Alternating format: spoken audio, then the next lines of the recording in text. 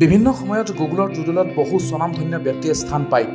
এনেদৰেই পৃথিৱীৰ বুকুৰ বহু লোকৰ সফলতা উদযাপন কৰে গুগলে আজি ভাৰতৰ প্ৰথমগৰাকী পেছাদাৰী মহিলা মল্লযুঁজাৰু হামিদা বানুৰ সফলতাক উদযাপন কৰিছে।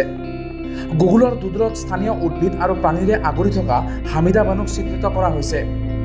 বাংগালুৰুৰ শিল্পী দিব্যা নেগীয়ে অংকন কৰিছে এই চিত্ৰ।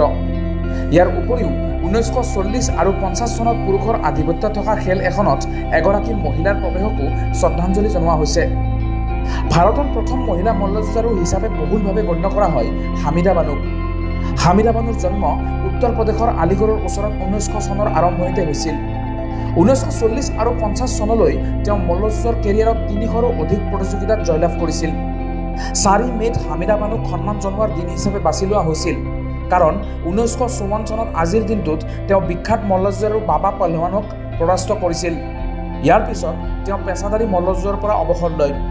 1954 চনত আজিৰ দিনটোত তেওঁ মল্লযুঁজাৰু বাবা পহলৱানক মাত্ৰ 1 মিনিট 34 ছেকেণ্ডত পৰাস্ত কৰি আন্তঃৰাষ্ট্ৰীয় প্ৰশংসা আৰু স্বীকৃতি লাভ কৰিছিল। খেলক লৈ তেওঁ অত্যন্ত আৱেগিক আছিল আৰু পুৰুষৰ সৈতে প্ৰতিযোগিতাত অৱতীৰ্ণ হৈছিল।